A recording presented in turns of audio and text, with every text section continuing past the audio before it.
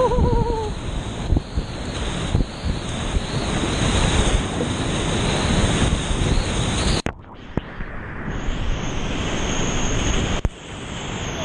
God, big.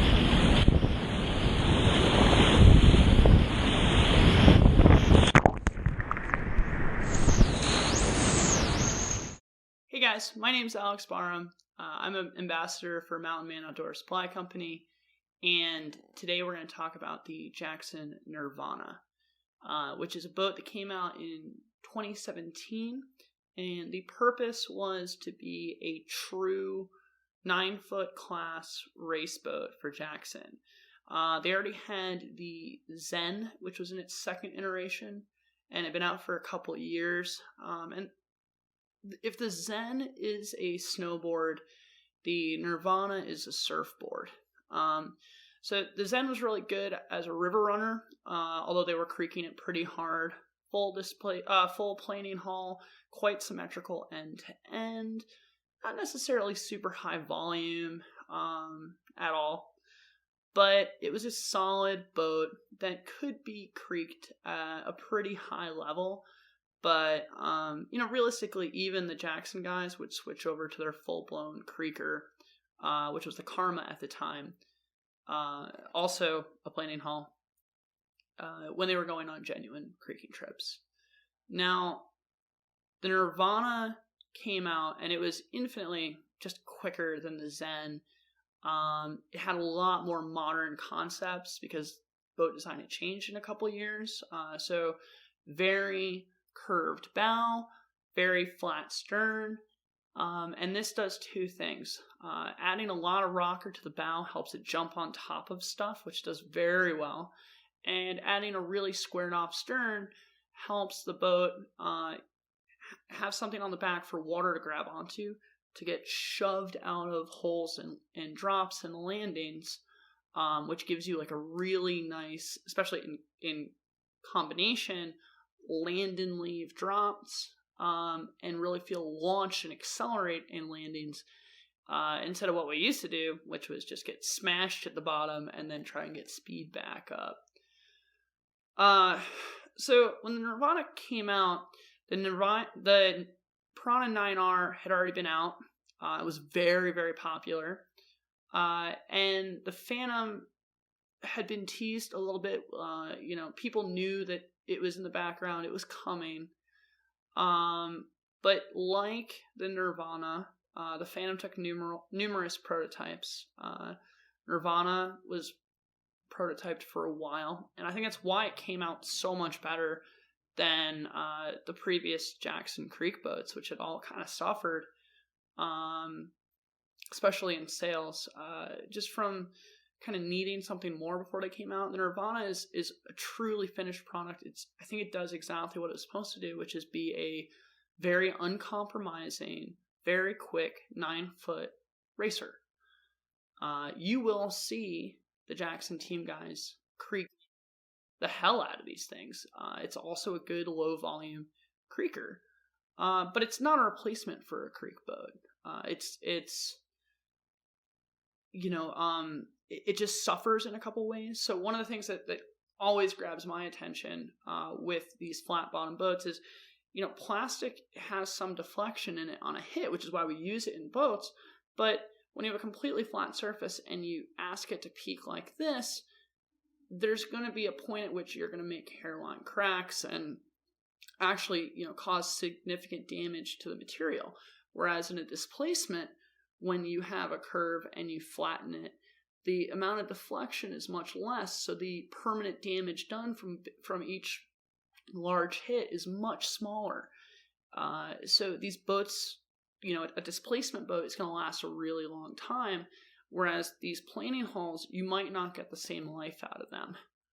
By the same token, when you take a round object and you put a flat object to it, it gets locked onto a plane. Whereas when you take a round object and another round object to it, you're not locked in rotationally to how you hit it in any given spot. So mannerisms in these super flat bottom boats can be really strange and somewhat unpredictable. Even if you can mentally visualize the bottom of the boat, you very often don't have a perfect view of every contour of the rock that you're going to, slide on, boof off of, impact accidentally or intentionally. And kind of odd things can happen. So let's take a look at some of the footage I have of this boat. Now, this was over the course of, I believe, actually the same weekend. We just got a big rain event. So the bottom moose was at around 2 feet, just a little over, which is basically right above bone low.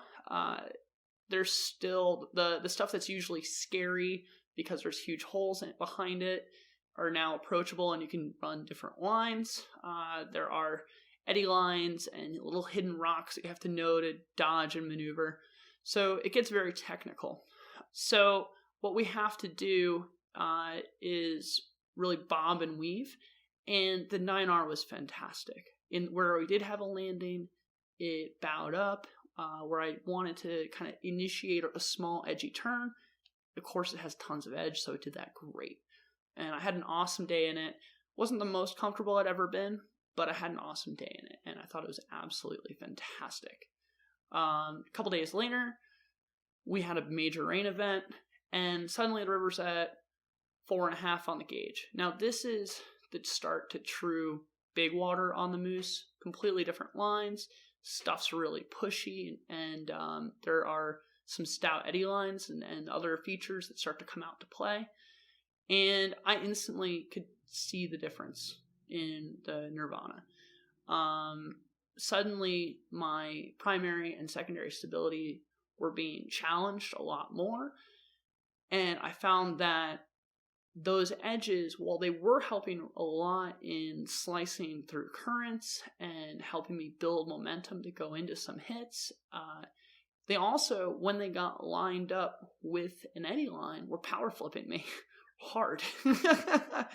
So I think, out of the 4 or 5 drops on the bottom Moose, I got power flipped in 3 of them. There is certainly a degree to which that is just a learning curve, because I typically don't paddle boats that resemble surfboards.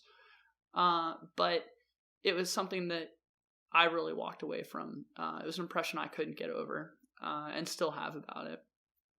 And that said, my last run, which I'll show you 2 clips side by side, or on the last drop, which is double drop, which becomes this really pushy, boily tongue thing into a complex series of holes where you can't be too left, can't be too right, you gotta be just right in the middle. The Nirvana excelled. It smashed the hole at the bottom. It did great. And then I went out and biffed it in the Mach-No the next time around and got shoved in sideways. So I could also see where the Nirvana could excel if you were used to it in big water. Now, one huge issue I have with this boat isn't with the boat at all. It's with how the boat's been marketed.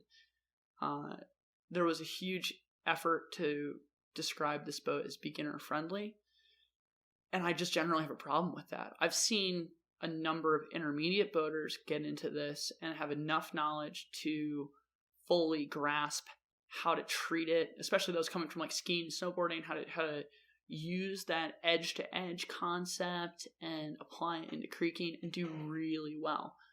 But even so, this boat was designed to go really fast and crush a time lap out. So you see guys just pitoning into stuff, being a little out of control, and just getting power flipped because there's a ton of primary stability. There's almost no secondary stability. So when you do start to go, you're going to go down. You're going to flip. There isn't really much to catch yourself on. So what I would say about this is a fantastic boat for what it is. I would call this a quiver boat. I would not consider this your everyday, every situation creeker. And I know I'm going to get heat for this, but I think it's a fantastic boat for what it is. I think you should definitely try it if you get an opportunity to demo it.